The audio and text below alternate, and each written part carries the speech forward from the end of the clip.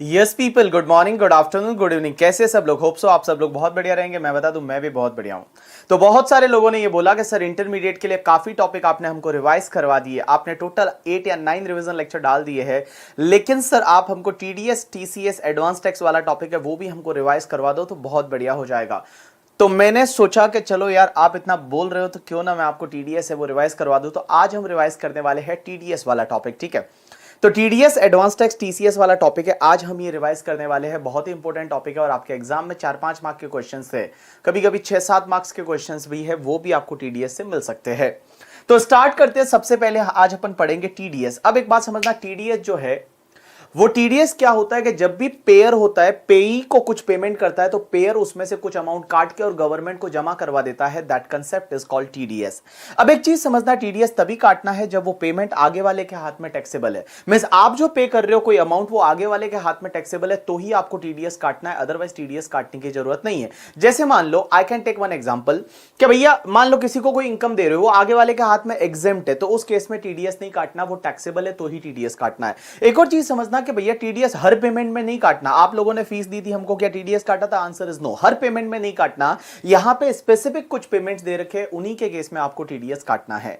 अब क्वेश्चन ये आता है टीडीएस कब काटना है, पेमेंट के टाइम पे या क्रेडिटिंग द पार्टी के टाइम पे? लॉ बोलता है whichever is earlier. So TDS has to be deducted at the time of the payment और क्रेडिटिंग द पार्टी। जब आप एक्चुअल पेमेंट करते हो या पार्टी को क्रेडिट करते हो, मींस एंट्री पास करते हो, व्हिचएवर इज अर्लियर है, तब आपको टीडीएस काटना है। लेकिन मैं एक बात बता दूं, आपके टोटल 5-4 मतलब टोटल जो 4-5 पेमेंट है, उस केस में टीडीएस आपको काटना है only eight the time of payment. सबसे पहला सैलरी, सबसे पहला सैलरी के केस में, दूसरा तुम्हारा विनिंग फ्रॉम हॉर्स रेसेस या any kind of the winning करके, ठीक है, विनिंग के केसेस में, तीसरा तुम्हारा लाइफ इंश्योरेंस पॉलिसी का अगर मैच्योरिटी होता है वो, और चौथा अगर मान लो आपका ईपीएफ का पेमेंट है, और पांचवा तुम्हारा कंपनसेशन मिलता है compulsory acquisition of your property पे। तो देखो मैंने क्या बोला, नॉर्मली टीडीएस कब काटना है? At the time of payment और crediting the party whichever is earlier, दोनों में से पहले होता है वो। लेकिन 5 पेमेंट ऐसे जिसमें आपको टीडीएस काटना पड़ेगा only eight the time of the payment. जब आप एक्चुअल पेमेंट करोगे तभी टीडीएस काटना है। सबसे पहला सैलरी, दूसरा ईपीएफ का पेमेंट, एम्प्लॉय प्रोविडेंट फंड का,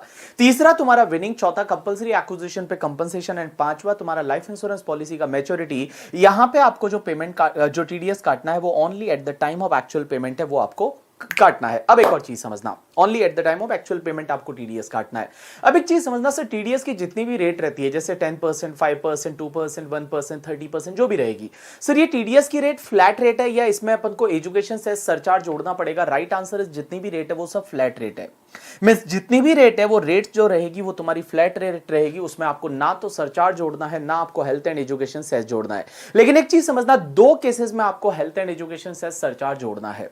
दो केसेस में आपको health and education cess surcharge जोड़ना है। पहला तो अगर आप सैलरी का किसी को पेमेंट कर रहे हो, जब आप सैलरी का पेमेंट करोगे तो ऑब्वियसली उस पर टैक्स निकालोगे, वो स्लैब रेट से निकालोगे, उसमें आप health and education cess surcharge include करोगे अगर लगता है तो, और उसके बाद आप टीडीएस काटोगे। और दूसरा, अगर आप किसी नॉन रेजिडेंट फॉरेन कंपनी को पेमेंट करते हो, जब भी आप किसी नॉन रेजिडेंट फॉरेन कंपनी को पेमेंट करते हो तो उस केस में आप टीडीएस काटते टाइम रेट में आपको हेल्थ एंड एजुकेशन सेस है वो आपको कंसीडर करना है। अब एक और चीज समझना सर, क्वेश्चन ये आता है कि टीडीएस क्या हर पेमेंट के लिए करना है? मतलब आपने कोई सर्विस ली, वो पर्सनल पर्पस के लिए ली, जैसे मान लो घर मैंने भाड़े पे लिया पर्सनल रहने के लिए, उसका ब्रोकरेज पे किया, तो भी क्या टीडीएस काटना पड़ेगा? Answer is yes. मतलब भले वो आपका जो पेमेंट है वो पर्सनल नेचर का या बिजनेस के लिए, आपको टीडीएस काटना पड़ेगा, लेकिन उसके कुछ एक्सेप्शन है। एक तो 194C में अगर पर्सनल नेचर का कॉन्ट्रैक्ट है तो टीडीएस नहीं कटेगा। एक 194J में आपने पर्सनल पर्पस के लिए आपने कोई प्रोफेशनल सर्विस ली तो टीडीएस नहीं कटेगा। लेकिन अगर मैं बोलूं, इसका एक सेक्शन 194M आई है इसी साल से, अभी मैं पढ़ाऊंगा, और 194M में ऐसा बोला हुआ है भले पर्सनल नेचर का है और 50 लाख से अगर ज्यादा का पेमेंट है तो उस केस में टीडीएस काटना पड़ता है। विल सी दैट टाइम जब 194M पढ़ेंगे। अब एक और चीज समझना, अगर आप टीडीएस किसी को पेमेंट करते हो तो उसका टीडीएस काटना है। अब एक चीज समझना, पेई को अपना पैन नंबर देना पड़ेगा। जो पेई है वो अपना पैन नंबर पेयर को देगा। अगर पेई ने अपना पैन नंबर नहीं दिया तो उसका टीडीएस कौन सी रेट से कटेगा पता है? जो भी रेट रहेगी और 20%, व्हिचएवर इज हायर की रेट से। जैसे I can take a example के मान लो मैंने किसी पर्सन को कमीशन पे किया, कमीशन पे टीडीएस 5% की रेट से कटता है, उसने अपना पैन नंबर नहीं दिया तो मैं उसका टीडीएस 20% की रेट से काटूंगा। मींस 20% का रेट और जो भी तुम्हारा रेट रहेगा करके, ठीक है, 20% और जो प्रिस्क्राइब रेट है व्हिचएवर इज हायर है, उस हायर वाली रेट से टीडीएस काटना पड़ेगा। चलो अब अपन एक एक सेक्शन चालू करते हैं। सबसे पहली सेक्शन है 192, that is TDS on salary. Salary के केस में सर क्वेश्चन ही आता है टीडीएस कौन काटेगा? एम्प्लॉयर काटेगा एम्प्लॉई का। एम्प्लॉयर एनी पर्सन कोई भी हो सकता है, एम्प्लॉई एनी पर्सन कोई भी हो सकता है, भले नॉन रेजिडेंट एम्प्लॉई है तो भी टीडीएस बेटा इसी सेक्शन में कटेगा 192 में। सर कौन सी रेट से टीडीएस काटना है? स्लैब रेट से। मींस वो क्या करेगा, पूरे साल की सैलरी को जोड़ेगा, उस पर टैक्स निकालेगा, जो टैक्स आता है डिवाइड बाय 12 करेगा और इतना इतना हर महीने है वो टीडीएस काटेगा एम्प्लॉयर। अब क्वेश्चन ही आता है कि एम्प्लॉई सर अगर अदर इनकम का डिटेल देता है, जो एम्प्लॉई है वो एम्प्लॉई अगर अदर इनकम का डिटेल देता है तो क्या एम्प्लॉयर उसको कंसिडर करेगा? Answer is yes. अगर एम्प्लॉय अदर इनकम का डिटेल सबमिट करता है तो उसको कंसिडर करेगा। अगर एम्प्लॉय कुछ लॉसेस का डिटेल एम्प्लॉयर को देता है तो क्या एम्प्लॉयर कंसिडर करेगा?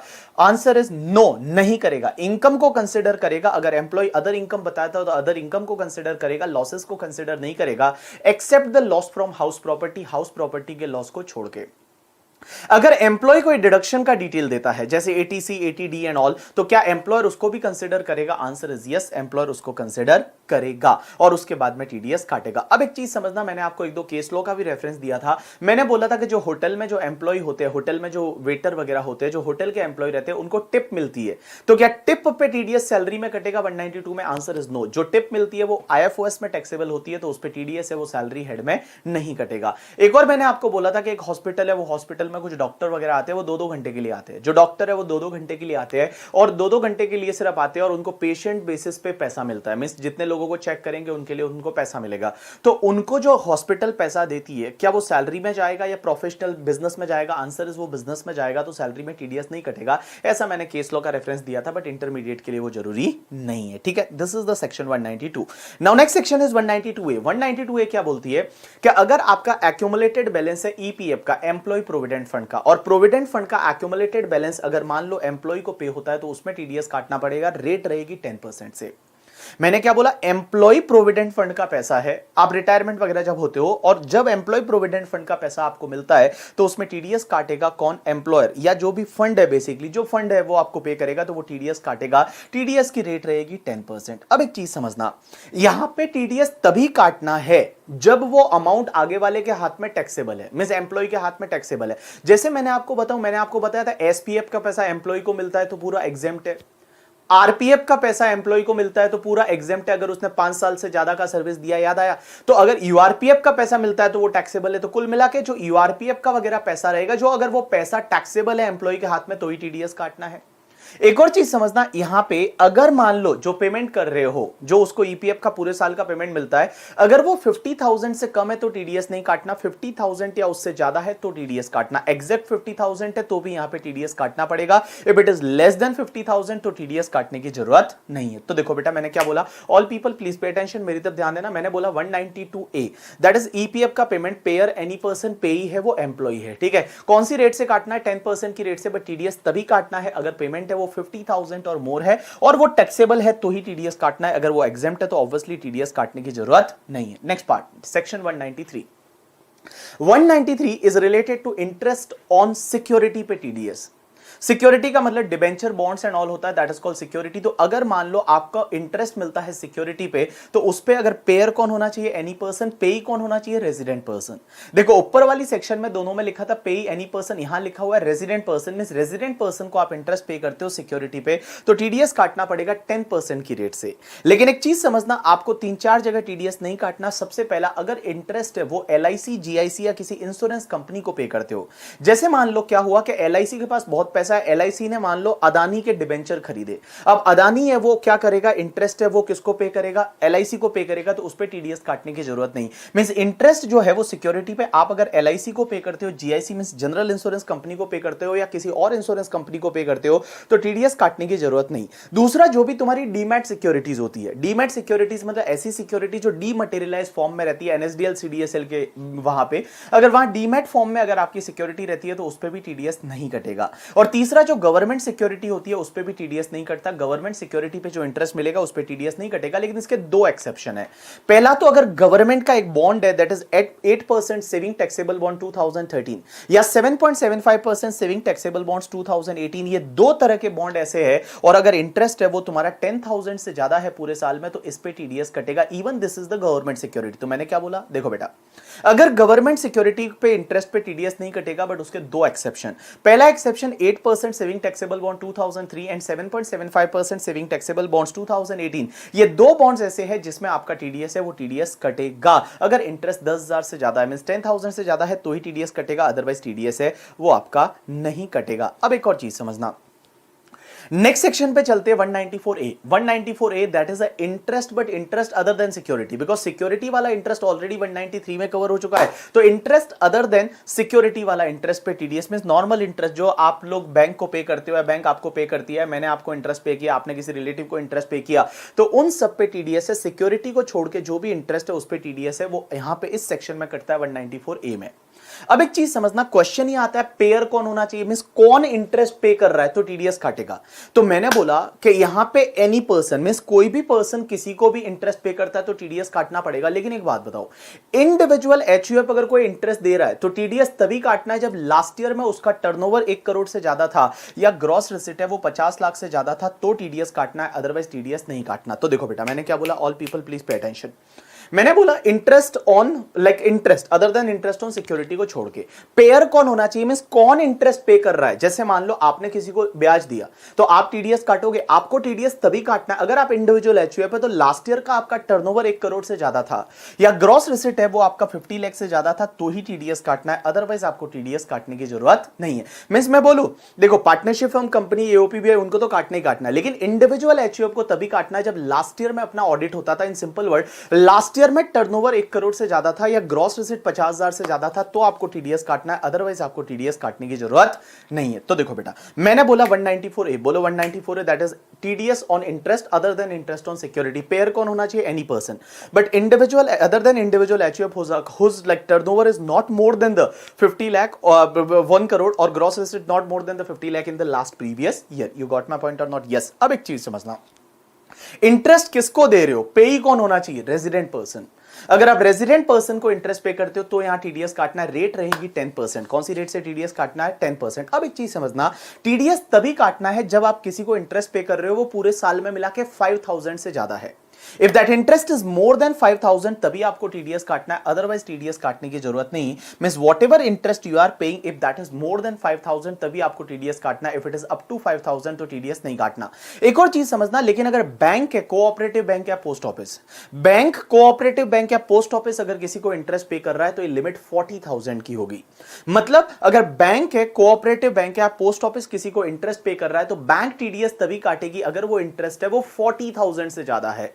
मींस अप टू 40,000 है तो टीडीएस काटने की जरूरत नहीं, 40,000 से ज्यादा है तो टीडीएस काटना है, अदरवाइज अप टू 40,000 है तो उस पर टीडीएस काटने की जरूरत नहीं। एक और चीज समझना, bank, cooperative bank, post office अगर किसी सीनियर सिटीजन को इंटरेस्ट देती है तो वो 50,000 से ज्यादा है तो टीडीएस काटना है, अदरवाइज टीडीएस काटने की जरूरत नहीं। तो देखो बेटा, मैं आपको बोलूं, देखो टीडीएस कब काटना है, जब आप किसी को इंटरेस्ट दे रहे हो वो 5,000 से ज्यादा है। लेकिन अगर bank, cooperative bank, post office दे रहा है तो 40,000 से ज्यादा है तो टीडीएस काटना है।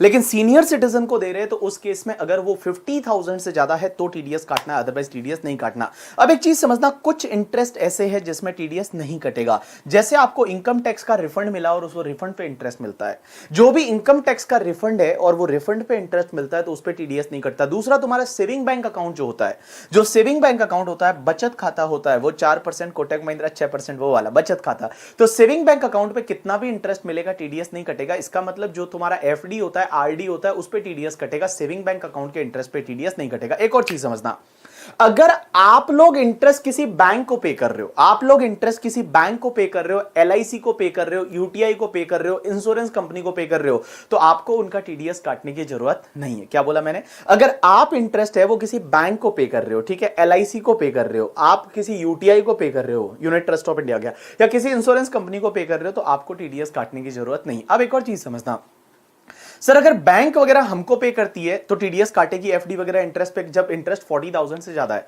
ये 40,000 का लिमिट बैंक वाइज है या ब्रांच वाइज है? बैंक वाइज है या ब्रांच वाइज? जैसे आई कैन टेक एग्जांपल कि आईसीआईसीआई बैंक लिमिटेड है, उसका बोरीवली में मेरा अकाउंट है, एज वेल एज मलाड में भी है, बोरीवली में है, मलाड में है करके, ठीक है, अंधेरी में और बेंड्रा में, 4 जगह मेरे अकाउंट है। चारों जगह से मुझे 15,000 का आईसीआईसीआई बैंक से ही इंटरेस्ट मिला। मींस मुझे 15,000 चार ब्रांच से, लेकिन 15,000 का इंटरेस्ट मिला, 40,000 से ज्यादा नहीं है। बट टोटल आईसीआईसीआई बैंक ने मुझे 60,000 का इंटरेस्ट पे किया। क्या टीडीएस कटेगा या नहीं? Answer is yes. ये लिमिट है, ये ब्रांच वाइज नहीं है, पूरी बैंक वाइज है। मींस बैंक ने आपको अगर मान लो इंटरेस्ट पे किया है 60,000 का, तो ऑब्वियसली आपका टीडीएस है, वो टीडीएस काटना पड़ेगा। लेकिन अगर मान लो चारों अलग अलग बैंक होती तो बोरीवली में आईसीआईसीआई है, मलाड में एचडीएफसी है और अंधेरी में है एक्सिस बैंक है करके, ठीक है, और मान लो बेंड्रा में कैनेडा बैंक है, और उन्होंने मुझे इंटरेस्ट पे किया, तो 15-15 हजार तो टीडीएस नहीं कटेगा, क्योंकि बैंक जो पर्टिकुलर आपको इंटरेस्ट पे कर रही है वो 40,000 से ज्यादा नहीं है। अब एक और चीज समझना आप लोग, ठीक है, अगर मान लो एक कोऑपरेटिव सोसाइटी है, कोऑपरेटिव बैंक नहीं, कोऑपरेटिव सोसाइटी, कोऑपरेटिव सोसाइटी अपने मेंबर को इंटरेस्ट पे करती है या दूसरी कोऑपरेटिव सोसाइटी को इंटरेस्ट पे करती है, तो उस पर टीडीएस काटने की जरूरत नहीं है। As well as post office की कोई स्कीम होती है, जैसे किसान विकास पत्र, इंदिरा विकास पत्र, national saving certificate and PO monthly income, post office recurring deposit वगैरह, मींस पोस्ट ऑफिस की कुछ स्कीम्स होती है, उन पे जो इंटरेस्ट मिलता है उस पे टीडीएस काटने की जरूरत नहीं है। This is all about the section 194A। उसके बाद नेक्स्ट सेक्शन पे चलते हैं 194B। बी को मैं हमेशा बोलता हूं बड़े लोग। 194B मींस बड़े लोग। बड़े लोग पैसा किस पे लगाते हैं? लॉटरी लगाते हैं, विनिंग्स पे पैसा लगाते हैं, ठीक है। तो बी को ऐसे को बड़े लोग कहां पैसा लगाते हैं? विनिंग पे। तो विनिंग पे टीडीएस 194B में कटेगा। पेयर कौन? एनी पर्सन, पे भी एनी पर्सन, भले नॉन रेजिडेंट वगैरह कोई भी, पेयर एनी पर्सन, पे एनी पर्सन। रेट क्या रहेगा? 30%, लेकिन टीडीएस तभी काटना है जब विनिंग आपका 10,000 से ज्यादा है। If your winning is more then 10,000 तभी आपको टीडीएस काटना है। अगर वो विनिंग 10,000 से ज्यादा नहीं है तो टीडीएस नहीं काटना। तो देखो बेटा मैंने क्या बोला, 194B इज अ बड़े लोग किस पे लगाते हैं पैसा? विनिंग पे। तो विनिंग से अगर आपको winning from lottery, crossword puzzles, game show वगैरह से आपको पैसा मिलता है, पेयर एनी पर्सन, पे एनी पर्सन, रेट रहेगा 30% और टीडीएस तभी काटना है अगर वो विनिंग 10,000 से ज्यादा है। अप टू 10,000 है तो नहीं काटना। अब एक और चीज समझना, 194BB। 194BB का मतलब होता है बहुत बड़े लोग। बहुत बड़े लोग घोड़ों पे पैसा लगाते हैं। किस पे लगाते हैं? घोड़ों पे। जो रेस हॉर्सेस पे पैसा वगैरह लगाते हैं 194BB। तो पेयर यहां पे एनी पर्सन, पे एनी पर्सन, जो रेट तुम्हारा 30% और टीडीएस तभी काटना है जब विनिंग 10,000 से ज्यादा है। अब एक चीज यहां पे ध्यान रखना, अगर विनिंग कभी इन काइंड है, जो विनिंग होती है विनिंग इन काइंड है करके, ठीक है, जैसे मान लो आपकी गाड़ी खुल गई, तो गाड़ी खुल गई तो गाड़ी पे टीडीएस कैसे काटेंगे? क्या उसका टायर काट के गवर्नमेंट को दे देंगे? Answer is no. तो उस केस में आपको क्या करना पड़ता है, जो विनर होता है ना उसको 30% टैक्स गवर्नमेंट को जमा करवाना पड़ता है, या फिर जो ऑर्गेनाइजर को वो 30% पैसा ले जाके देगा, तो उस केस में ऑर्गेनाइजर वो विनिंग को रिलीज करेगा, अदरवाइज नहीं करेगा। Means first organiser has to ensure that tax on that winning is already paid to government, only after that he can release such winning. This is all about B and BB. 194C, C से पता चलता है it is a contract. 194C, C मतलब contract. तो contract पे TDS है वो 194C में काटेंगे। सबसे पहले कौन? कॉन्ट्रैक्टर काटेगा, कॉन्ट्रैक्टी काटेगा? आंसर इज कॉन्ट्रैक्टी काटेगा कॉन्ट्रैक्टर का, क्योंकि यहां पे पेमेंट कौन कर रहा है? कॉन्ट्रैक्टी पेमेंट करता है कॉन्ट्रैक्टर को। तो क्वेश्चन ये आता है पेयर कौन होना चाहिए? कॉन्ट्रैक्टी, बट कॉन्ट्रैक्टी कौन होना चाहिए?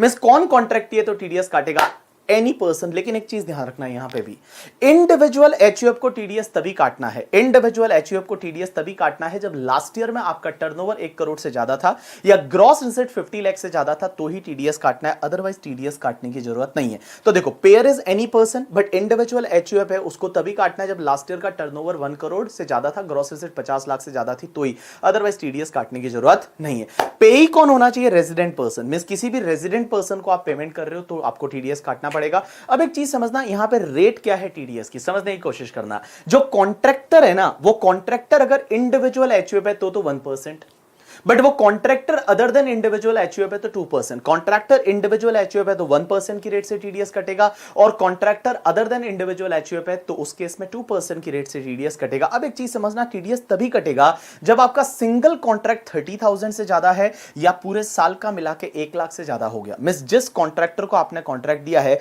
उसका सिंगल कॉन्ट्रैक्ट उसको जो दिया है वो 30,000 से ज्यादा है या पूरे साल का मिला के एग्रीगेट 1 लाख से ज्यादा है, तो ही टीडीएस काटना है, अदरवाइज टीडीएस नहीं काटना। अब एक चीज समझना, जैसे मान लो मैंने क्या किया, 5 कॉन्ट्रैक्ट दिए, 25,000 25,000 25,000 25,000 25,000 एक ही पर्सन को। तो सिंगल कॉन्ट्रैक्ट 30 से ज्यादा नहीं, बट एग्रीगेट मिला के 1,25,000 हो गया, मोर देन 1 लाख हुआ। तो क्या मुझे टीडीएस काटना पड़ेगा? आंसर इज यस, यहां पे मुझे टीडीएस काटना पड़ेगा, because aggregate contract is more than the 1 lakh. अब एक और चीज समझना आप लोग, ठीक है।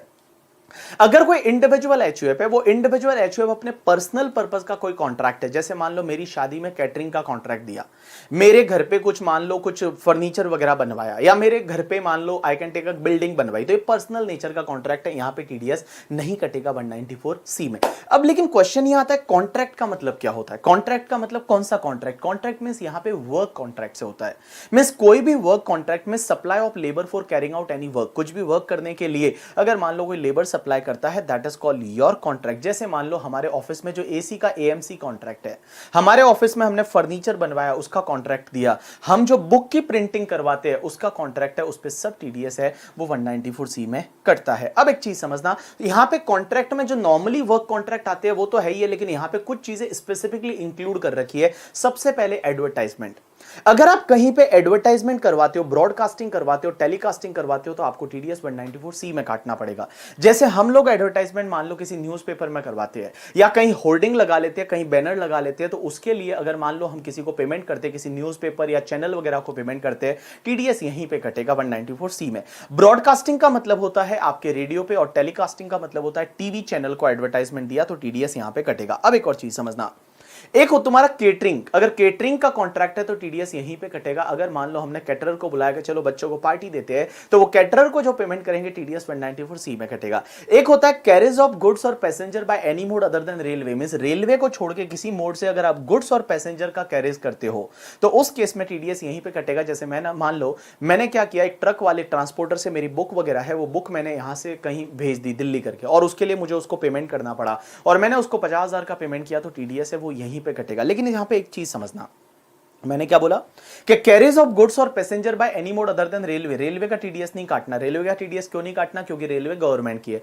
अब गवर्नमेंट का टीडीएस काट के गवर्नमेंट को ही जमा करवाओगे, क्या मतलब? तो रेलवे का टीडीएस नहीं काटना। बाकी अगर आप किसी भी ट्रांसपोर्टेशन के लिए, गुड्स या पैसेंजर के ट्रांसपोर्टेशन के लिए कुछ पेमेंट करते हो, तो आपको टीडीएस है वो टीडीएस काटना पड़ेगा। अब एक और चीज समझना आप, यहां पे मैंने बोला कि किसी ट्रांसपोर्टर को पेमेंट करते हो तो टीडीएस नहीं काटना, टीडीएस काटना है अगर मान लो आपका जो 30,000 से ज्यादा सिंगल कॉन्ट्रैक्ट एंड ऑल है। लेकिन एक चीज समझना, अगर वो ट्रांसपोर्टर अपना पेन नंबर दे देता है और साथ में एक डिक्लेरेशन देता है कि मेरे पास 10 से ज्यादा व्हीकल नहीं है, means transporter is giving you the PAN number as well as the declaration that he is not owning more than 10 vehicle in at any time during the previous year, तो उस केस में भले कितना भी contract का amount है आपको TDS नहीं काटना। मैंने क्या बोला, आप किसी कॉन्ट्रैक्टर को पे कर रहे हो और भैया वो कॉन्ट्रैक्टर आगे वाला जो है, मतलब वो ट्रांसपोर्टर है, वो आपको डिक्लेरेशन दे रहा है, यहां ट्रांसपोर्टर है, ठीक है, सिर्फ ट्रांसपोर्टर की बात कर रहा हूं। जो ट्रांसपोर्टर है वो आपको एक डिक्लेरेशन देता है कि उसके पास 10 से ज्यादा ट्रक नहीं है पूरे साल में कभी भी, तो उस केस में आपको उसका टीडीएस है वो टीडीएस काटने की जरूरत नहीं है। अब एक चीज समझना, एक होता है जॉब वर्क।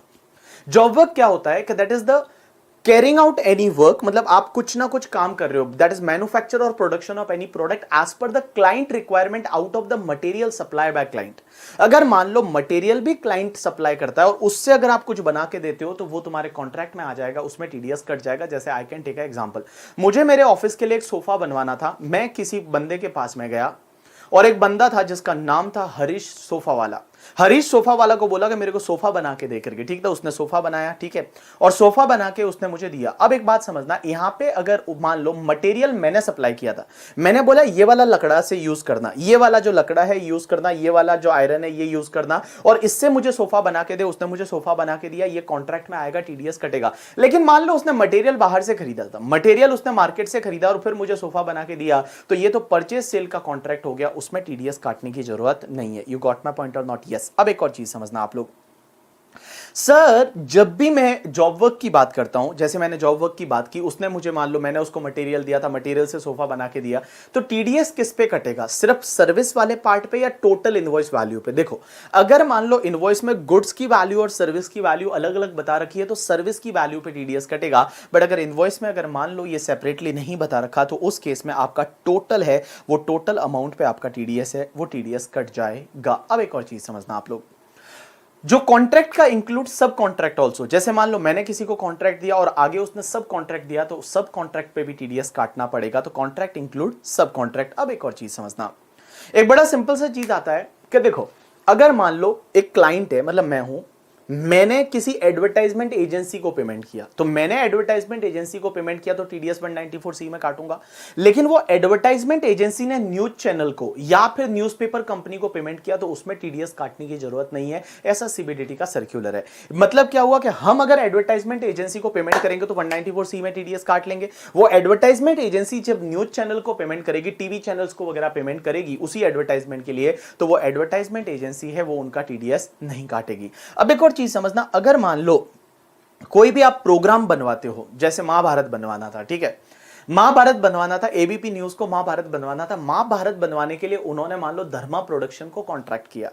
तो अगर मान लो वो महाभारत बनवा रहे एबीपी न्यूज वाले धर्मा प्रोडक्शन से कि ऐसे ऐसे महाभारत बनाओ, इसमें कुंती ये होनी चाहिए, इसमें लाइक क्या बोलते हैं, हनुमान जी कहाँ आते थे महाभारत में, आए थे थोड़ी देर, हनुमान जी ये होने चाहिए, अर्जुन ये होना चाहिए, कृष्ण ये होना चाहिए। अगर आपने कोई प्रोडक्शन और प्रोग्राम करवाया तो उस पर भी टीडीएस काटना पड़ेगा, ठीक है, ये कॉन्ट्रैक्ट माना जाएगा और इसमें टीडीएस काटना पड़ेगा। तो अगर मान लो एबीपी न्यूज धर्मा प्रोडक्शन को पेमेंट करता है for the production of programme, तो वहां पे भी टीडीएस काटना पड़ेगा। लेकिन इसमें एक चीज समझना आप लोग कॉन्ट्रैक्ट में, लेकिन एक चीज समझना है यहां पे, अगर मान लो ऑलरेडी प्रोग्राम पहले से बनाया हुआ था, ऑलरेडी वो प्रोग्राम था, वो ऑलरेडी पहले से बना रखा था, महाभारत ऑलरेडी धर्मा प्रोडक्शन ने बना के रखी थी, और वही वाली महाभारत है वो एज इट इज अगर मान लो एबीपी वालों को दे दी और एबीपी वालों ने अपने न्यूज चैनल पे चला लिया, तो क्या टीडीएस काटना पड़ेगा? Answer is no. तो उस केस में टीडीएस है वो टीडीएस काटने की जरूरत नहीं है। अब एक चीज समझना, next section is 194D।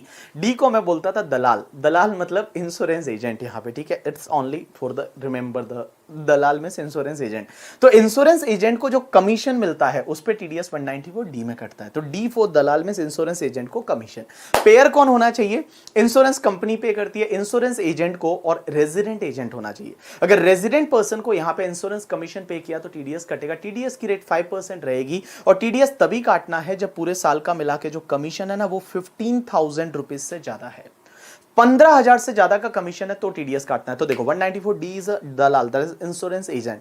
Pair any person means insurance company, payee is a resident agent, TDS 5% की रेट से काटना है, और टीडीएस तभी काटना है जब 15,000 से ज्यादा का कमीशन है, अदरवाइज टीडीएस नहीं काटना। Next section is 194DA। 194DA, DA को आपको मैंने बोला था ऐसे याद रखो, death after, that is just ऐसे ही मैंने बोला था, ठीक है, कि डीएम इज डेथ आफ्टर, आपको एलआईसी वाला ऐसा याद रखने का, ठीक है। तो देखो अगर लाइफ इंश्योरेंस पॉलिसी का मैच्योरिटी सम आपको मिलता है, यहां पे समझना एग्जाम में क्वेश्चन इस बार आने वाला है इससे, अगर लाइफ इंश्योरेंस पॉलिसी और वो लाइफ इंश्योरेंस पॉलिसी का मैच्योरिटी अमाउंट आपको मिलता है, तो लाइफ इंश्योरेंस पॉलिसी जो इंश्योरेंस कंपनी आपको पेमेंट करती है मैच्योरिटी अमाउंट, उस पे टीडीएस यहां पे काटना पड़ेगा। पेयर कौन होना चाहिए? एनी पर्सन मींस वही तुम्हारी इंश्योरेंस कंपनी। पेई कौन होना चाहिए? Resident person.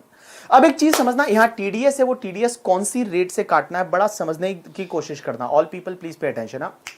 देखो मैंने बोला कि भैया all people please pay attention, मैंने बोला कि अगर लाइफ इंश्योरेंस पॉलिसी है, वो लाइफ इंश्योरेंस पॉलिसी का मैच्योरिटी होता है और उसमें अगर आपको पैसा मिलता है, टीडीएस 194DA में काटेगा। कौन काटेगा? Insurance company. किसका? रेजिडेंट पर्सन का। रेट क्या रहेगी? अब एक चीज समझना, पहले क्या था, 1 सितंबर 2019, इस डेट से पहले यहां पे रेट हुआ करती थी 1%, बट 1% टीडीएस किस पे काटते थे पता है? पूरे मैच्योरिटी अमाउंट पे। मींस जैसे मान लो 10 लाख मैच्योरिटी अमाउंट मिला तो 10 लाख पे 1% टीडीएस काटने का। ऐसा 1 सितंबर 2019 से पहले होता था। लेकिन 1 सितंबर 2019 या उसके बाद निर्मला सीतारमण जी ने अमेंडमेंट किया और उन्होंने रेट कर दी 5%। और ये 5% जो टीडीएस काटना है ना, ये मैच्योरिटी अमाउंट पे नहीं काटना। ये लोग बोलते हैं मैच्योरिटी अमाउंट माइनस जितना आपने प्रीमियम पे किया था, क्योंकि प्रीमियम पे किया था वो आप लेस कर दो, जो प्योर आपकी इनकम है उसी पे टीडीएस काटना है 5%। जैसे मैं एक एग्जांपल लेता हूं, ठीक है। अब एक बात बताओ, जैसे आज मैच्योरिटी अमाउंट है वो 10 लाख है, मैच्योरिटी अमाउंट 10 लाख है, और आपने जो प्रीमियम आज तक पे किया था वो 7 लाख था, तो मैं बोलूं आपका नेट इनकम का कंपोनेंट तो 3 लाख ही है। नेट जो इनकम का कंपोनेंट है, दैट इनकम का कंपोनेंट तो नेट तुम्हारा 3 लाख ही है।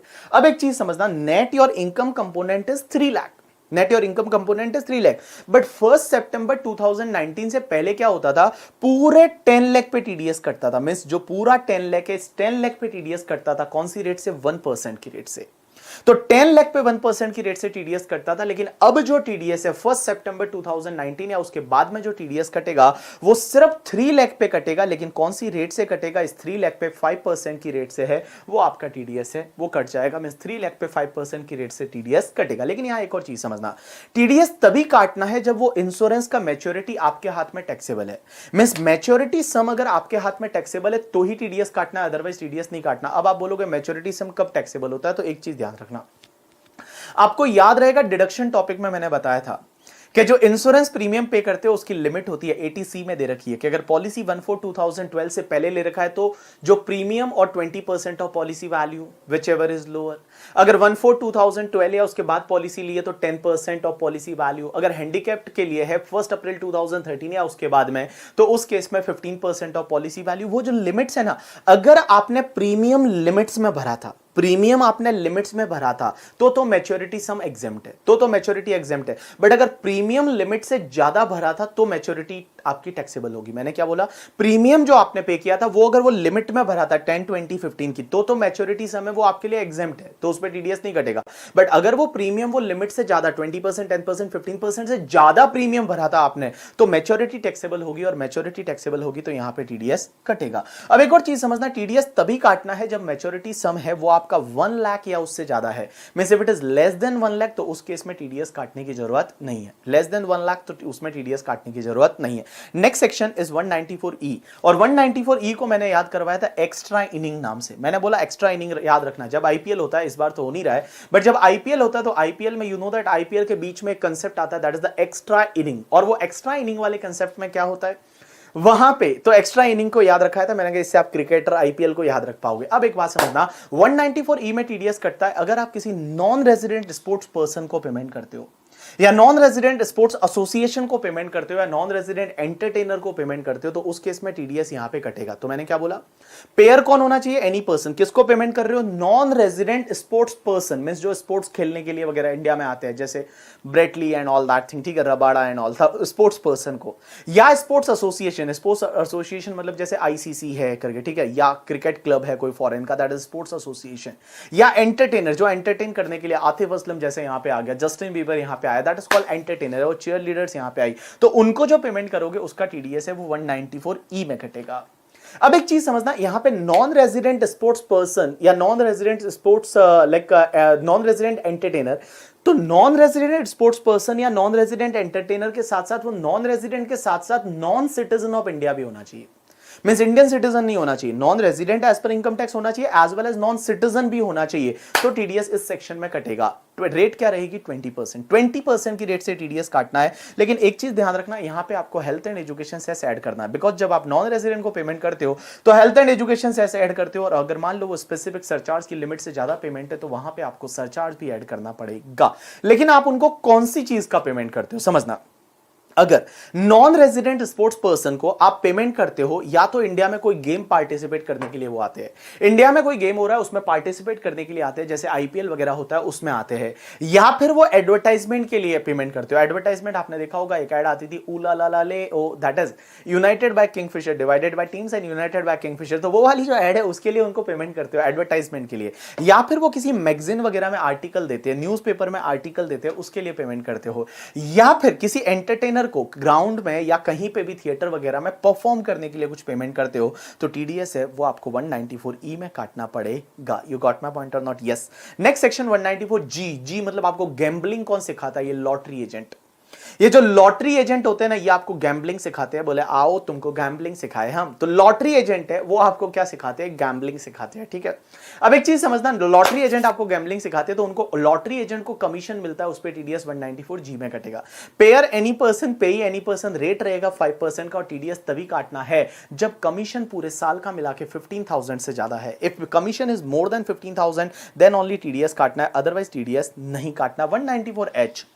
H means commission, TDS on commission and brokerage other than, एक तो कमीशन इंश्योरेंस एजेंट वाला डी में चला गया वो छोड़ो, और गैम्बलिंग वाला जो लॉटरी एजेंट का जी में चला गया उसको छोड़ के बाकी कोई कमीशन या ब्रोकरेज आप किसी को देते हो तो उस पर टीडीएस 194 एच में कटेगा। पेयर कौन होना चाहिए? एनी पर्सन, लेकिन इंडिविजुअल एचयूएफ को टीडीएस तभी काटना है जब लास्ट ईयर में उनका टर्नओवर 1 करोड़ से ज्यादा था या ग्रॉस रिसीट 50 लाख से ज्यादा थी। तो मैं किसी को, अगर मैं इंडिविजुअल हूं तो मैं किसी को कमीशन ब्रोकरेज पे करूंगा तो मुझे टीडीएस तभी काटना है जब लास्ट ईयर में मेरा ग्रॉस रिसीट है वो 50 लाख से ज्यादा था या टर्नओवर है वो 1 करोड़ से ज्यादा था, तो ही टीडीएस काटना है। अब एक और चीज समझना, पे कौन होना चाहिए? किसी भी रेजिडेंट पर्सन को पे कर रहे हो, रेट क्या रहेगी? 5%। और टीडीएस जब भी काटना है जब आप कमीशन पे कर रहे हो, ब्रोकरेज पे कर रहे हो, वो पूरे साल का 15,000 से ज्यादा है, एंड बेटा रेट रहेगी वो 5% की रेट से टीडीएस काटना है। अब एक और चीज समझना, जो भी शेयर एंड सिक्योरिटी से रिलेटेड कोई ब्रोकरेज होता है like underwriter commission and all, तो उस पर टीडीएस नहीं काटना। शेयर एंड सिक्योरिटी से रिलेटेड कोई भी ब्रोकरेज कमीशन है उस पर टीडीएस नहीं काटना, ऐसा गवर्नमेंट ने बोला है। तो मैं बोलूं कमीशन से रिलेटेड 3 सेक्शन है,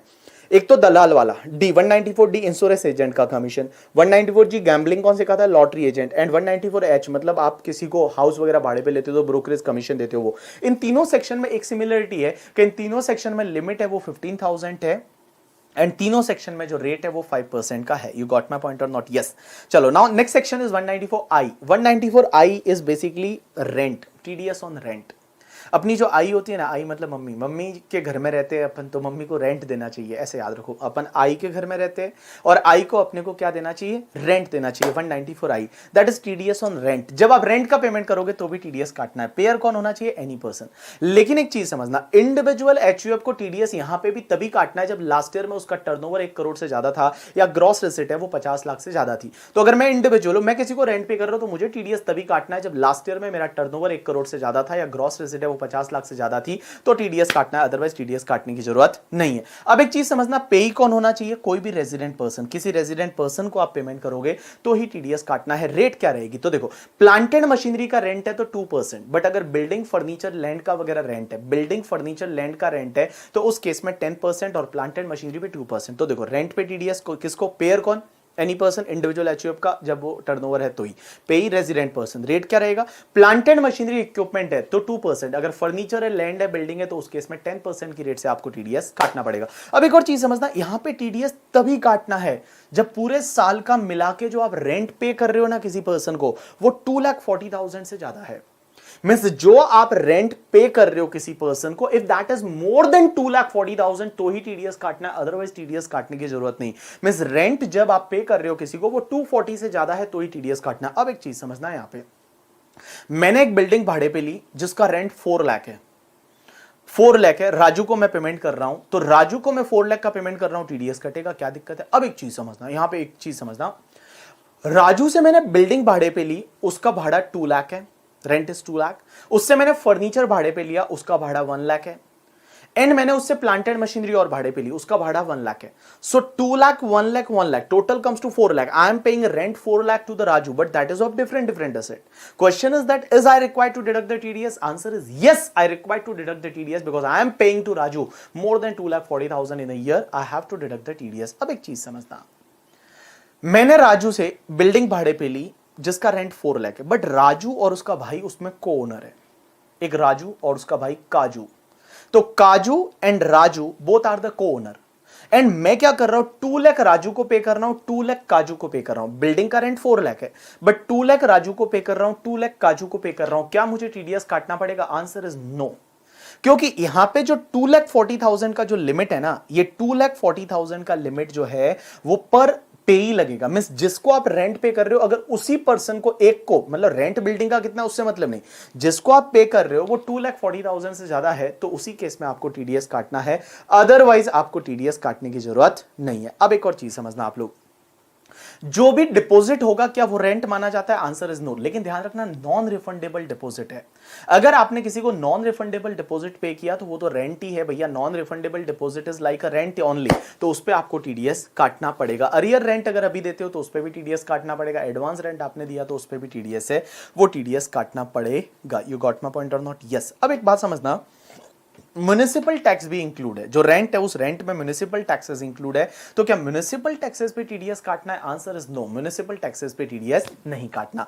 चलो नेक्स्ट सेक्शन इज 194 आईए, और इसके लिए मैं आपको बोलता था एक नई सेक्शन आई है 194 आईए।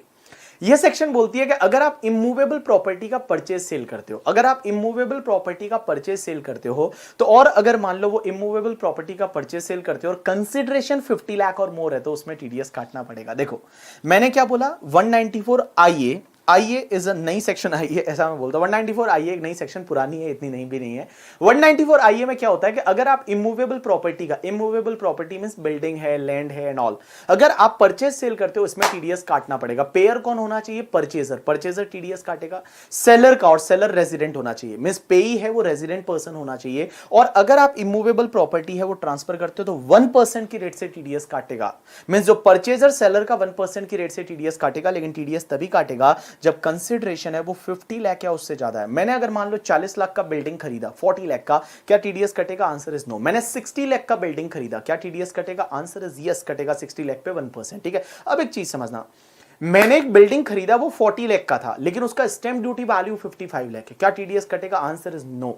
यहां पे स्टैंप ड्यूटी वैल्यू से मतलब नहीं है, यहां पे आपको बिल्डिंग के कंसिडरेशन से मतलब है। अगर आपने कंसिडरेशन पे किया, वो कंसिडरेशन 50 लाख और मोर है तो उस पर आपको टीडीएस काटना पड़ेगा। अब एक और चीज समझना, अगर मैंने बिल्डर से एक बिल्डिंग खरीदी, बिल्डिंग मान लो 40 लाख में खरीदी थी, लेकिन उसने मुझे पार्किंग भी बेचा, पार्किंग का 5 लाख है, ठीक है, उसमें मान लो उसने मेरे से मेंटेनेंस फीस भी ले लिया, ठीक है, वो 5 लाख, ठीक है, उसने मेरे से क्या किया? एडवांस फीस भी ले लिया करके, ठीक है, क्लब हाउस का फैसिलिटी भी दिया, टोटल मिला के 55 लाख दिया। मैंने एक फ्लैट खरीदा तो वो बोलता है फ्लैट की वैल्यू 40 लाख, पार्किंग का 5 लाख, ठीक है, मेंटेनेंस का 5 लाख, उसका इतना, उसका इतना, ऐसा करते करते करते टोटल बिल 55 का बन गया। मैंने उसको 55 लाख का पेमेंट किया। क्वेश्चन ये आता है क्या टीडीएस कटेगा या नहीं? आंसर इज यस, कटेगा। तो जब आप इमूवेबल प्रॉपर्टी परचेज करते हो और उसके साथ आप अदर फैसिलिटी भी लेते हो, अदर फैसिलिटी भी आप परचेज करते हो, तो उस टोटल कंसिडरेशन पे टीडीएस काटना पड़ेगा, इंक्लूडिंग द अदर फैसिलिटी। जो अदर फैसिलिटी है उसको इंक्लूड करने के बाद आपको टोटल वाले पे टीडीएस काटना पड़ेगा। नेक्स्ट सेक्शन पे चलते हैं, 194 आईबी। 194 आईबी क्या होता है? तुम्हारा इमूवेबल प्रॉपर्टी का रेंट। अब आप बोलोगे रेंट पे तो सर टीडीएस 194 आई में कटता था, वो तो था ही था, एक अलग है 194 IB. 194 IB is a rent of immovable property. अगर आप किसी से इमूवेबल प्रॉपर्टी भाड़े पे लेते हो, अगर पर मंथ का रेंट 50,000 से ज्यादा है, मींस पर मंथ का रेंट अगर 50,000 से ज्यादा है तो इसमें टीडीएस काटना पड़ेगा। सर इसमें पेयर कौन होना चाहिए? Individual HUF. लेकिन जो 194 आई में कवर हो गया उसको छोड़ के, क्योंकि देखो आई में, पेयर में इंडिविजुअल एचयूएफ तभी कवर होता था जब लास्ट ईयर में उसका ऑडिट होता था, लास्ट ईयर में टर्नओवर 1 करोड़ से ज्यादा था या ग्रॉस एसेट 50 लाख से ज्यादा था, तो ही 194 आई में कवर होता था। अगर मान लो मैं इंडिविजुअल हूं, मेरा लास्ट ईयर में ऑडिट नहीं हुआ, तो मैं 194 आई में तो कवर नहीं होऊंगा, लेकिन अगर मैंने कोई इमूवेबल प्रॉपर्टी रेंट पे लिया और उसका मैं रेंट पे करता हूं, पर मंथ 50,000 से ज्यादा है, तो मुझे टीडीएस है वो 194 आईबी में काटना पड़ेगा। तो देखो मैं क्या बोलूंगा, पेयर कौन? Individual HUF. यहां पे पेयर सिर्फ इंडिविजुअल एचयूएफ है जो 194 आई में कवर नहीं होते हैं।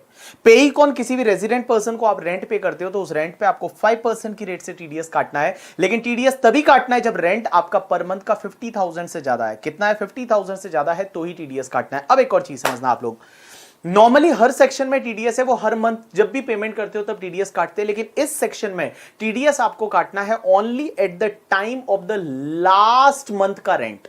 मींस जो लास्ट मंथ का रेंट आप पे करोगे या क्रेडिट करोगे उस टाइम। लास्ट मंथ का मतलब जैसे मान लो पूरे साल आप रह रहे हो तो 31 मार्च मींस मार्च मंथ का जो रेंट है वो मार्च मंथ के रेंट में से आपको टीडीएस काटना है 5%।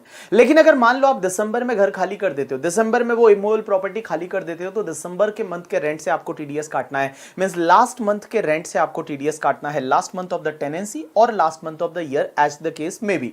अब एक और चीज समझना, अगर मान लो जो तुम्हारा क्या बोलते हैं ओनर है, क्योंकि आप टेनेंट हो, तो ओनर ने अपना पेन नंबर नहीं दिया तो उसका टीडीएस कितना काटेंगे? 20% की रेट से। लेकिन एक चीज समझना, इस सेक्शन में वो टीडीएस 20% से काटोगे, लेकिन वो टीडीएस का अमाउंट कभी भी लास्ट मंथ के रेंट से ज्यादा नहीं होना चाहिए। जैसे मान लो 20% ज्यादा आ गया तो उस केस में जो लास्ट मंथ का रेंट रहेगा ना उतना ही आपको टीडीएस काटना है। जैसे फॉर एन एग्जांपल रेंट है वो 10 लाख था, मान लो मंथली रेंट है वो 1 लाख था, तो 12 मंथ का कितना हुआ? 12 लाख हो गया। अब एक बात बताओ, आगे वाले ने है जो है वो आगे वाले ने क्या बोलते हैं उसको पेन नंबर दिया ही नहीं, तो आप 12 लाख का अगर 20% करोगे तो it's comes to the 2,40,000 something, ठीक है। बट लास्ट मंथ का रेंट तो 1 लाख ही है, तो मैक्सिमम टीडीएस आप यहाँ पे 1 लाख ही काटोगे। You got my point or not? Yes.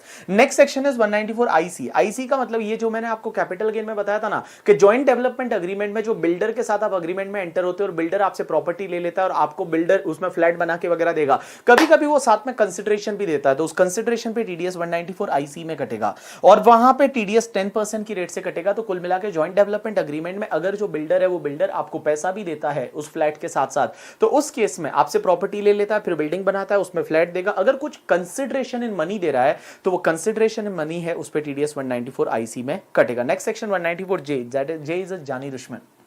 जानी दुश्मन ये वाली सेक्शन ये बोलती है कि अगर आप किसी को प्रोफेशनल फीस पे करते हो, टेक्निकल फीस पे करते हो या रॉयल्टी पे करते हो, नॉन कम्पीट फीस पे करते हो, डायरेक्टर फीस पे करते हो, तो टीडीएस 194 जे में कटेगा। जे मतलब जानी दुश्मन, जानी दुश्मन मतलब आपके प्रोफेसर, और प्रोफेसर को प्रोफेशनल से याद रखोगे, ठीक है। आपके जो बॉस जो रहेंगे दैट इज द जानी दुश्मन, आपके ऑफिस में जो रहेंगे प्रोफेशनल फीस। अब एक चीज समझना, तो 194 जे इज फॉर जानी दुश्मन, that is TDS on professional fees और टेक्निकल फीस और नॉन कम्पीट फीस और रॉयल्टी और डायरेक्टर फीस। पेयर कौन होना चाहिए? Any person. लेकिन इंडिविजुअल एचयूएफ को यहाँ टीडीएस तभी काटना है जब लास्ट ईयर में टर्नओवर 1 करोड़ से ज्यादा था या ग्रॉस रेसिप्ट 50 लाख से ज्यादा था। किसको पेमेंट कर रहे हैं? किसी भी रेजिडेंट पर्सन को पेमेंट करते हैं, टीडीएस काटना पड़ेगा। रेट रहेगा 10%, 10% की रेट से टीडीएस काटना है। लेकिन एक चीज समझना, यहाँ पे कॉल सेंटर को अगर आप पेमेंट करते हो तो उसमें टीडीएस का रेट आपका 2% हो जाएगा। नॉर्मली आप किसी को पेमेंट करोगे तो आपको 10% से टीडीएस काटना है, बट कॉल सेंटर को पेमेंट करोगे तो टीडीएस का रेट 2% हो जाएगा। अब एक और चीज समझना, टीडीएस है वो तभी काटना है जब आप किसी भी पर्सन को पे कर रहे हो ना, वो प्रोफेशनल फीस है या टेक्निकल फीस है या नॉन कम्पीट फीस है, वो किसी को 30,000 पर एनम से ज्यादा है तो ही टीडीएस काटना है। लेकिन एक चीज समझना, ये 30,000 का जो लिमिट है ना, this is applicable professional fees के लिए सेपरेटली, टेक्निकल फीस के लिए सेपरेटली, रॉयल्टी के लिए सेपरेटली, नॉन कम्पीट फीस के लिए सेपरेटली। डायरेक्टर फीस पे तो कोई लिमिट ही नहीं है। मतलब डायरेक्टर को तो अगर आपने 10 रुपए का पेमेंट किया तो भी आपको टीडीएस 194 जे में काटना पड़ेगा। जैसे I can take one example, एक चीज समझना, अमित पोपली सर है, उनको मैंने 25,000 का प्रोफेशनल फीस पे किया और 25,000 का रॉयल्टी पे किया, क्या टीडीएस कटेगा? आंसर इज नो, बिकॉज यहां पे जो 30,000 का लिमिट है on the professional fees, technical fees, non compete fees and आपका क्या रॉयल्टी, ये सेपरेट है 30,000 का limit. You got my point or not? Yes. अब एक और चीज समझना, अगर कोई भी इंडिविजुअल एचयूएफ है, वो इंडिविजुअल एचयूएफ को टीडीएस तभी काटना है जब लास्ट ईयर में उसकी ऑडिट हुई थी, लास्ट ईयर में उसकी ऑडिट हुई थी। अब एक चीज समझना, इंडिविजुअल एचयूएफ की इवन लास्ट ईयर में ऑडिट हुई थी तो भी अगर वो टेक्निकल फीस पे करता है करके, ठीक है, या डायरेक्टर फीस पे, डायरेक्टर फीस तो पे नहीं कर पाएगा, टेक्निकल फीस या रॉयल्टी पे करता है, तो उस केस में उसको टीडीएस है वो टीडीएस काटने की जरूरत नहीं है। तो इन सिंपल वर्ड में आपको ये बोलूं कि इंडिविजुअल एचयूएफ किसी को प्रोफेशनल फीस या टेक्निकल फीस पे करता है, प्रोफेशनल फीस या टेक्निकल फीस पे करता है और इंडिविजुअल एचयूएफ की लास्ट ईयर ऑडिट हुई थी तो ही टीडीएस काटना है। इंडिविजुअल एचयूएफ की लास्ट ईयर ऑडिट हुई थी और वो डायरेक्टर फीस या रॉयल्टी या नॉन कम्पीट फीस पे करता है तो उस केस में टीडीएस काटने की जरूरत नहीं है। अब एक और चीज समझना, अगर आपने कोई प्रोफेशनल सर्विस ली है, वो प्रोफेशनल सर्विस अपने पर्सनल पर्पस के लिए ली है, तो उस केस में टीडीएस नहीं काटना। जैसे मान लो मेरा ट्रीटमेंट के लिए, मान लो डॉक्टर से ट्रीटमेंट करवाया और उसके लिए मैंने उसको पेमेंट किया, तो उसमें टीडीएस काटने की जरूरत नहीं है। Next section is 194 LA. LA में आपकी प्रॉपर्टी ले गए, तो that is the compulsory acquisition of your immovable property. अगर आपका इमूवेबल प्रॉपर्टी कंपल्सरीली एक्वायर्ड हो जाती है तो गवर्नमेंट आपको कंपनसेशन जो देती है उस पर टीडीएस कटेगा। पेयर एनी पर्सन, पेई रेजिडेंट पर्सन, रेट रहेगा 10%, लेकिन टीडीएस तभी काटना है जब आपको जो कंपनसेशन मिलता है वो 2,50,000 से ज्यादा है। Means what ever compensation you received, if that is more then 2,50,000 तभी टीडीएस काटना है, अदरवाइज टीडीएस काटने की जरूरत नहीं है। Means that compensation is more then 2,50,000 तभी आपको टीडीएस काटना है। अब एक और चीज समझना, नई सेक्शन 194M, और 194M क्या बोलता है? That is TDS on the contract और तुम्हारा कमीशन एंड ब्रोकरेज या प्रोफेशनल फीस। अब आप बोलोगे कॉन्ट्रैक्ट तो 194C में था, कमीशन ब्रोकरेज है वो तो लाइक 194H में था, प्रोफेशनल फीस तो 194J में था, फिर M में क्यों लाया? अब एक बात बताओ, आपको याद है 194C जो है, 194J जो है, 194H जो है, उन तीनों में ये बोला था कि इंडिविजुअल एचयूएफ किसी को प्रोफेशनल फीस या इंडिविजुअल एचयूएफ कॉन्ट्रैक्ट का पेमेंट करता है, कमीशन ब्रोकरेज पे करता है, टीडीएस तभी काटना है जब लास्ट ईयर का टर्नओवर 1 करोड़ से ज्यादा था, ग्रॉस रेसिप्ट 50 लाख से ज्यादा था। अगर लास्ट ईयर का टर्नओवर 1 करोड़ से ज्यादा नहीं था, ग्रॉस रेसिप्ट 50 लाख से ज्यादा नहीं था, तो उस केस में अगर वो किसी को कॉन्ट्रैक्ट का पेमेंट करता है, प्रोफेशनल फीस का पेमेंट करता है या फिर कमीशन ब्रोकरेज पे करता है तो टीडीएस नहीं काटना। और वहां पे एक और चीज थी कि प्रोफेशनल फीस में और कॉन्ट्रैक्ट में तो पर्सनल नेचर का अगर कॉन्ट्रैक्ट है, पर्सनल नेचर के लिए प्रोफेशनल फीस पे किया तो टीडीएस काटना ही नहीं। तो बहुत सारे लोग बच के निकल जाते थे, इन्होंने इस बार इनको पकड़ लिया और 194M में बोला कि अगर कोई इंडिविजुअल एचयूएफ पेमेंट करता है, और इंडिविजुअल एचयूएफ वो वाला जो 194C में, 194J में, 194H में कवर नहीं हुआ, और इंडिविजुअल एचयूएफ अगर किसी रेजिडेंट पर्सन को पेमेंट करता है और वो रेजिडेंट पर्सन को पेमेंट करता है या तो प्रोफेशनल फीस का, कॉन्ट्रैक्ट का या फिर कमीशन ब्रोकरेज का, और वो पूरे साल का मिला के पेमेंट 50 लाख से ज्यादा है, तो इस पे 5% की रेट से टीडीएस काटना पड़ेगा। तो देखो बेटा, मैंने क्या बोला, all people please pay attention.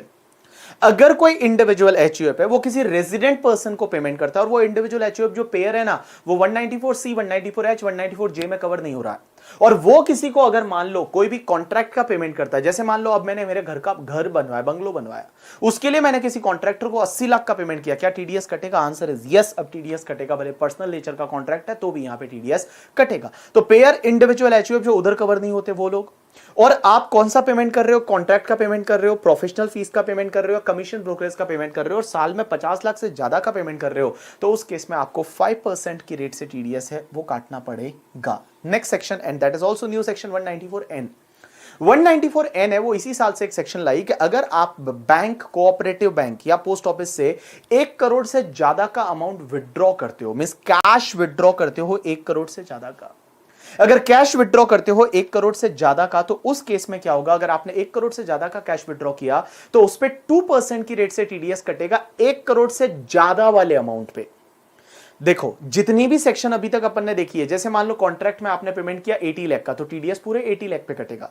लेकिन ये पहली सेक्शन ऐसी है जिसमें TDS in excess of 1 crore कटेगा। मींस आपने कैश विड्रॉ किया पूरे साल में मिला के 1 करोड़ 20 लाख का, तो ओनली 20 लाख पे टीडीएस है, वो 20 लाख पे टीडीएस कटेगा। मींस 1 करोड़ से एक्सेस वाला जो अमाउंट रहेगा उस पे 2% की रेट से बैंक है वो टीडीएस काट लेगी। लेकिन एक बात बताओ, कैश विड्रॉ जो है वो अगर गवर्नमेंट करती है या कोई बैंक करती है, कोऑपरेटिव बैंक करती है, पोस्ट ऑफिस करती है, कोई भी एटीएम ऑपरेटर कंपनी करती है, या नोटिफाइड बाय आरबीआई, और आरबीआई ने नोटिफाई अभी किया है मनी चेंजर को, जो मनी चेंजर वगैरह है, वो अगर कैश विड्रॉ करते हैं बैंक से तो उनका टीडीएस नहीं काटा जाएगा। अदरवाइज आप कैश विड्रॉ पूरे साल का मिला के 1 करोड़ से ज्यादा है तो आपका 2% की रेट से यहां पे टीडीएस है वो टीडीएस कट जाएगा। You got my point or not? Yes.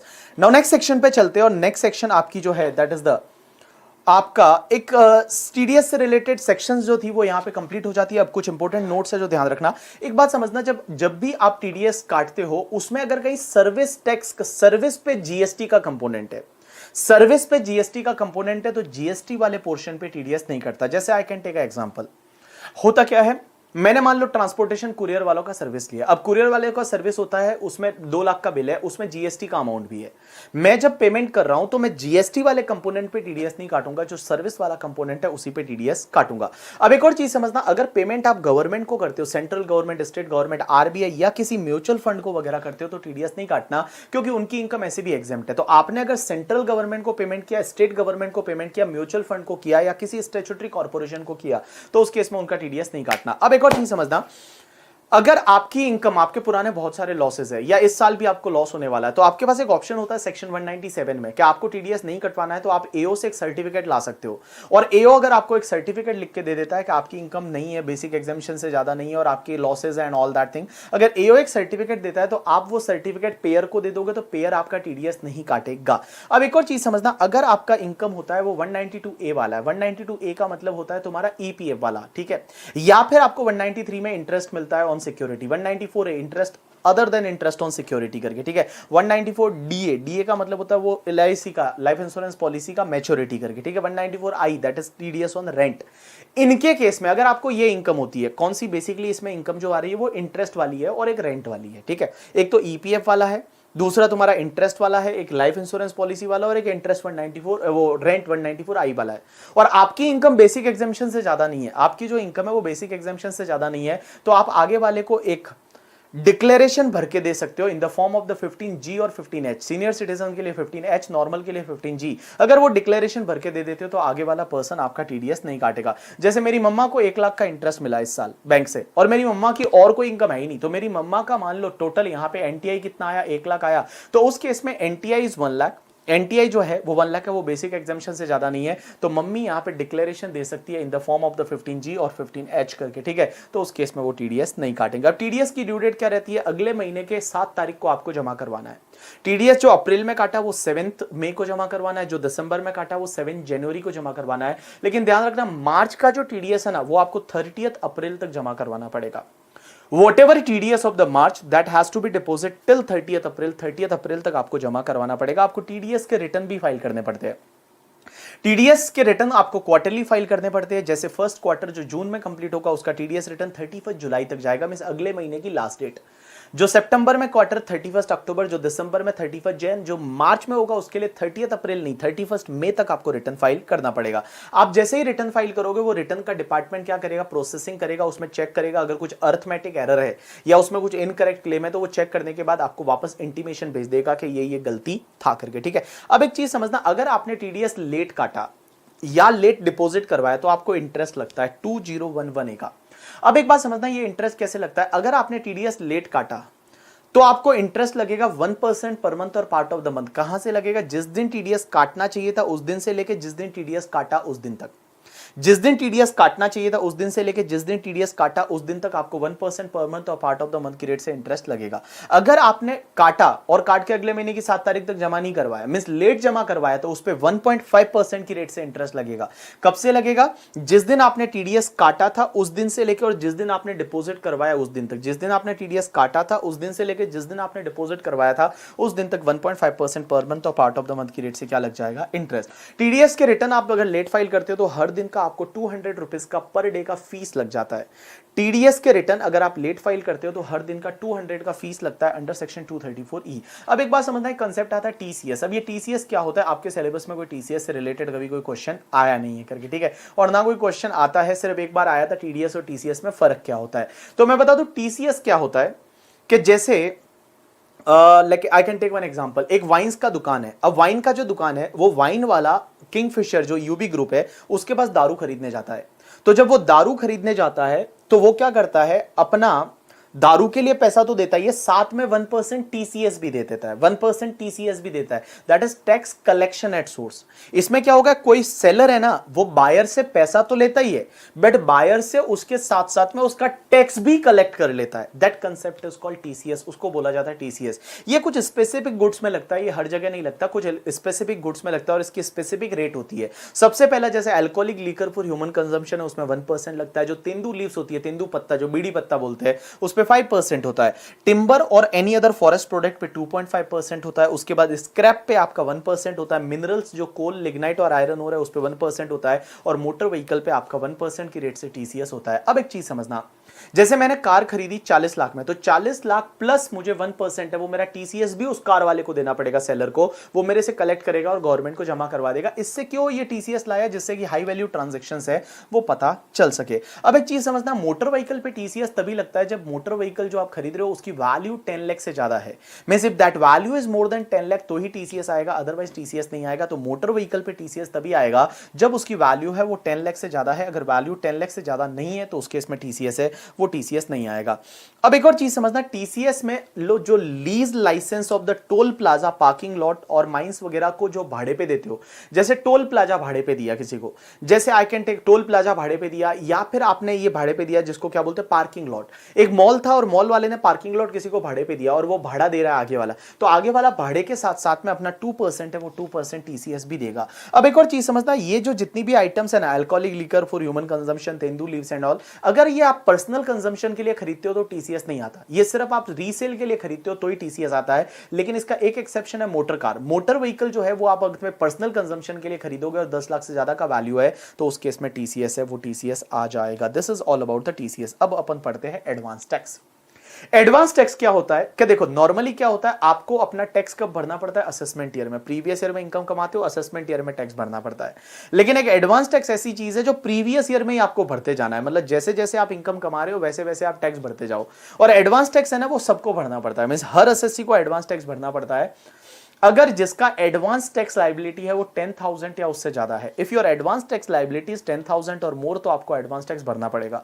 आप बोलोगे एडवांस टैक्स लायबिलिटी क्या होता है, तो उसके लिए आप एक काम करो, अपनी इनकम को एस्टिमेट करो। जो आपकी फ्यूचर की इनकम है वो फ्यूचर की इनकम को आप एस्टिमेट करो और वो इनकम को एस्टिमेट करके उस पर एस्टिमेटेड टैक्स निकालो, उस पर जो है वो एस्टिमेटेड टैक्स निकालो और जो एस्टिमेटेड जो टैक्स आता है वो टैक्स, एस्टिमेटेड टैक्स अगर 10,000 और मोर है तो आपको एडवांस टैक्स पे करना पड़ेगा। अब एक चीज समझना, एडवांस टैक्स किसको पे करना है? सबको पे करना है, लेकिन इसमें से एक एक्सेप्शन है कि अगर सीनियर सिटीजन है और उसका बिजनेस का इनकम नहीं है तो उसको एडवांस टैक्स पे नहीं करना। सीनियर सिटीजन जिसका बिजनेस का इनकम नहीं है तो उसको एडवांस टैक्स पे नहीं करना, भले उसका एडवांस टैक्स लायबिलिटी कितना भी आए, भले 10,000 से ज्यादा है तो भी उसको एडवांस टैक्स पे नहीं करना। एडवांस टैक्स की ड्यू डेट क्या होती है मैं बता दूं, 4 डेट आती है एडवांस टैक्स की। एडवांस टैक्स की 4 डेट होती है, 4 ड्यू डेट होती है। पहला 15 जून, 4 इंस्टॉलमेंट होती है। दूसरा 15 सितंबर, तीसरा 15 दिसंबर, चौथा 15 मार्च।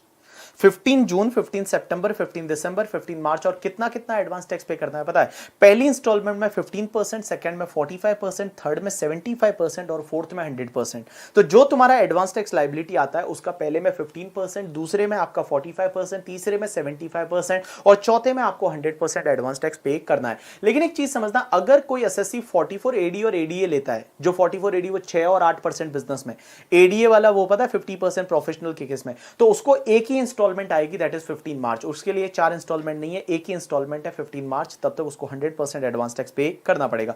अब एक चीज समझना, एडवांस टैक्स जो पेमेंट है उसकी लास्ट इंस्टॉलमेंट 15 मार्च है, लेकिन वॉट एवर आप टिल 31 मार्च पे करते हो ना, that is all is treated as advance tax only. जो भी आप 31 मार्च तक पे करोगे वो एडवांस टैक्स ही माना जाएगा। अब एक बात समझना, कुछ इंटरेस्ट होते हैं, दैट इज द 234 एबीसी के इंटरेस्ट। 234 ए का इंटरेस्ट कब लगता है? जब आप रिटर्न लेट फाइल करते हो।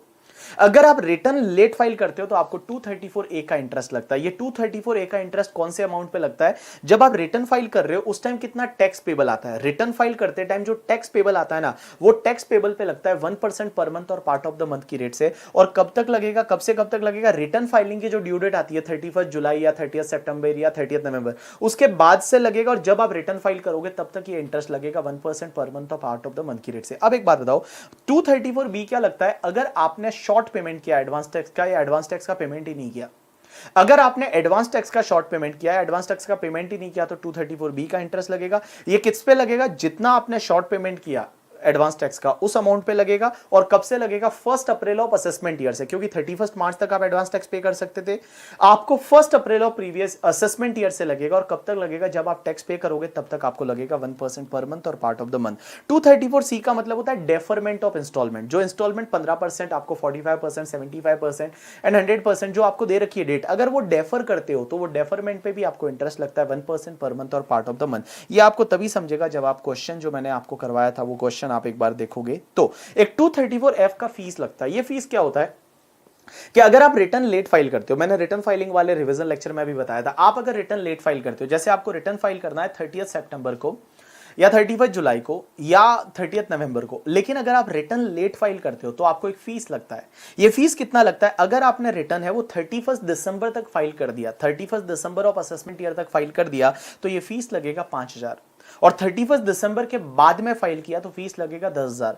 बट अगर आपका नेट टैक्सेबल इनकम 5 लाख से ज्यादा नहीं है तो ये फीस मैक्सिमम 1,000 हो सकता है। If your net taxable income is not more than the 5 lakh, then that fees can be the maximum 1,000 rupees. You got my point or not? Yes. So this is the completion of your topic TDS and advance tax and TCS वाला part. ठीक है, चलो। सो आप लोगों को इसको एक बार ढंग से पढ़ना है। इसमें जो आपको ढंग से जो सेक्शंस पढ़नी है ना, वो मैं बता दूं।